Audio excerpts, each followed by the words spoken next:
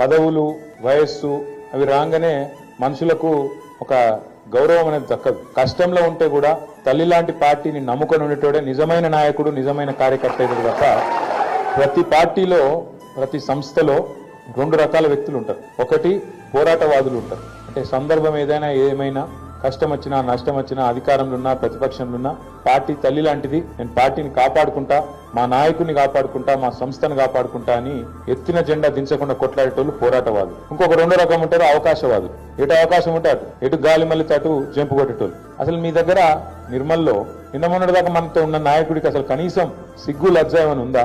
ఎందుకంటే కాంగ్రెస్ లో పోతా అంటే కాంగ్రెస్ వాళ్ళు వద్దని టెంట్ పెట్టి ధర్నా చేసి ఈయన వద్దని, ఆయన కూడా సిగ్గు లేకుండా పోయినట్టుగా. అంతకంటే ఏం చెప్పాలి నేను? ఇప్పుడు ఆ పార్టీలో కనీసం ఆయన ఎవడన్నా కుర్చేసి కూర్చోమంటోడు ఉన్నాడా?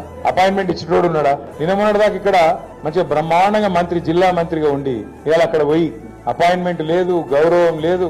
ఇంత బతికి ఆఖరికి ఏం లాభం చెప్పండి? అందుకే నేను అనేది గౌరవం అనేది, గుర్తింపు అనేది మన క్యారెక్టర్తో వస్తుంది, మనకుండే నాయకత్వ లక్షణాలతో వస్తుంది తప్ప మనం చేసే పదవులతో రాదు.